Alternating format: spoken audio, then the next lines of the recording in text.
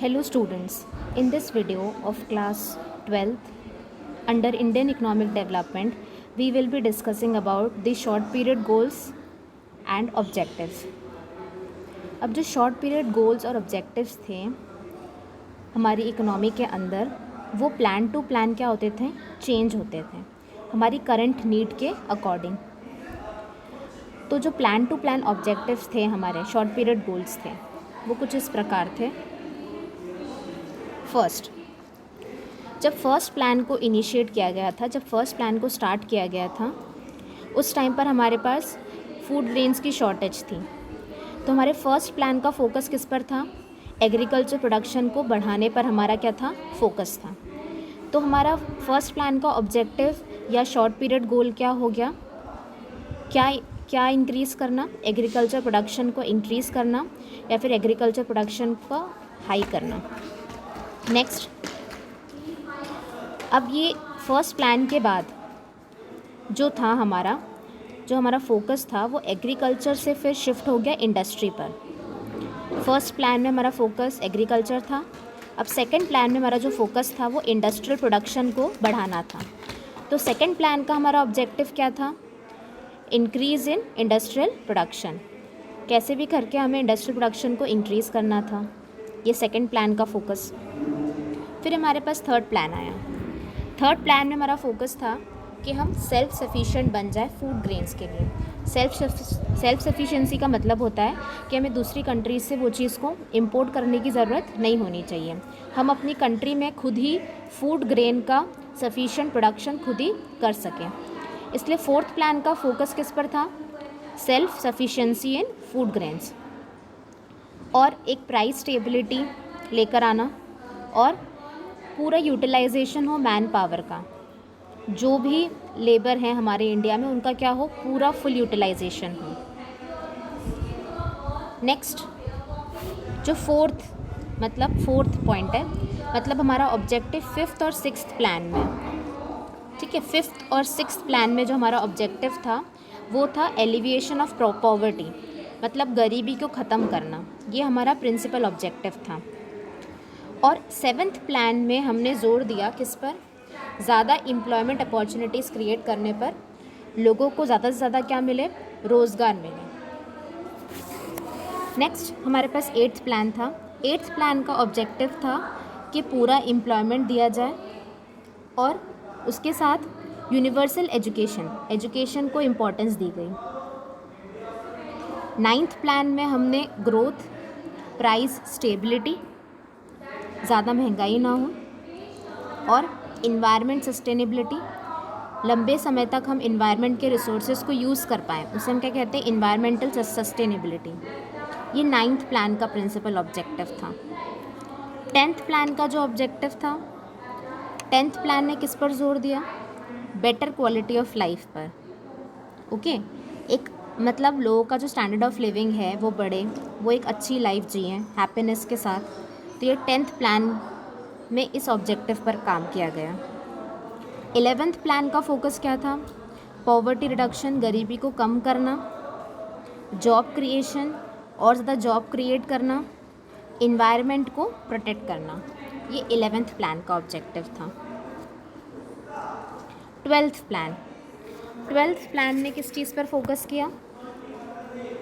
Sustainable, मतलब लंबे समय तक चीज़ें रन कर पाए, चल पाएँ, हम रिसोर्सेज को लंबे समय तक यूज़ कर पाएँ, और इंक्लूसिव ग्रोथ हो। इंक्लूसिव ग्रोथ का मतलब सभी को साथ में लेकर ग्रो करना, सभी कास्ट के, सभी रिलीजन के पीपल को साथ में लेकर ग्रो करना। तो ये 12 प्लान्स थे। ओके, अब ये जो प्लान और पीरियड दे रखा है, फर्स्ट प्लान जो था आपका 1 अप्रैल 1951 से 31 मार्च 1956, 5 ईयर्स के ये प्लान थे। फोकस ऑफ द प्लान और द प्रिंसिपल ऑब्जेक्टिव क्या था? Increase in agriculture production. First plan में हमारा फोकस था एग्रीकल्चर प्रोडक्शन को बढ़ाना और equitable distribution of production, income and wealth.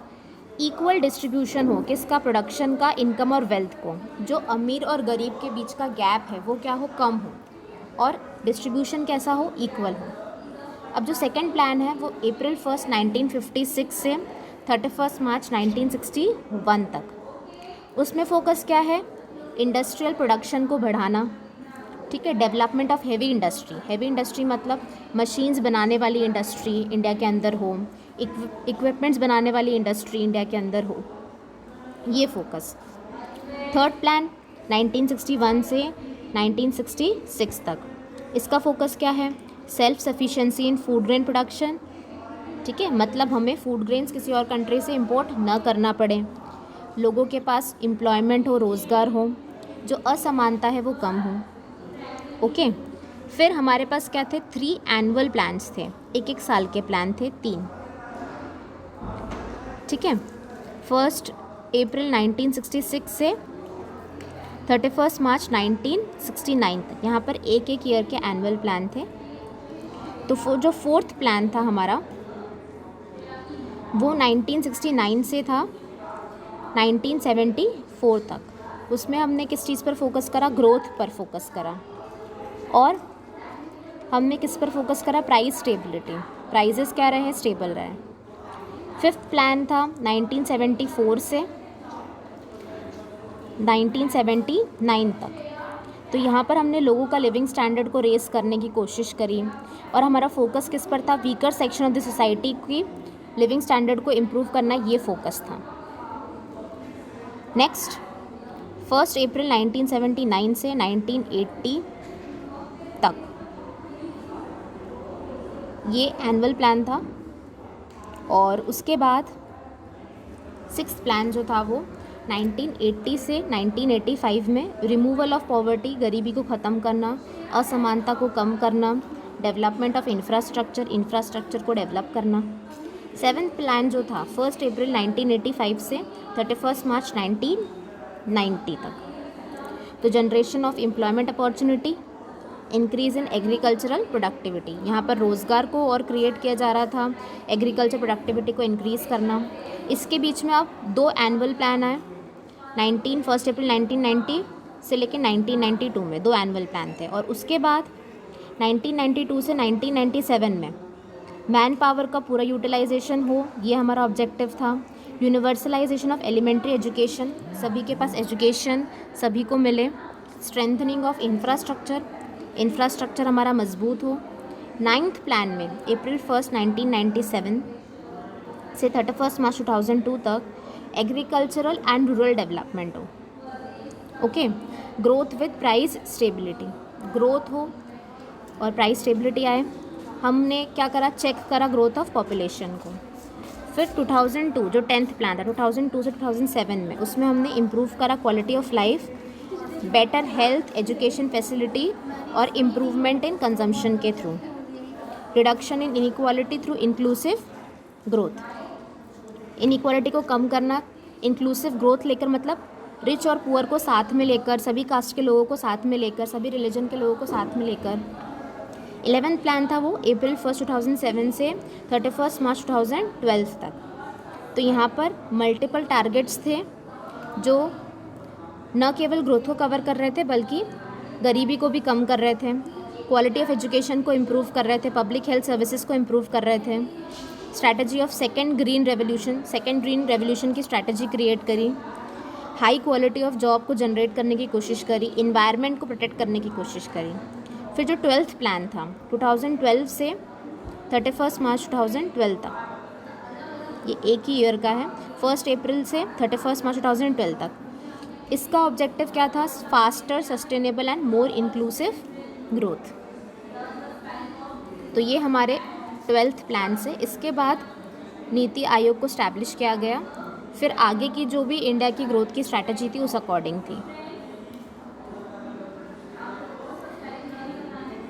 तो ये जो हमारे शॉर्ट पीरियड गोल्स थे वो किसके सिंक में थे? Long period objectives of planning के अकॉर्डिंग ये थे। मतलब जो हमारे लॉन्ग पीरियड ऑब्जेक्टिव्स थे उसी के अकॉर्डिंग हमारे शॉर्ट पीरियड ऑब्जेक्टिव्स होते हैं, ठीक है।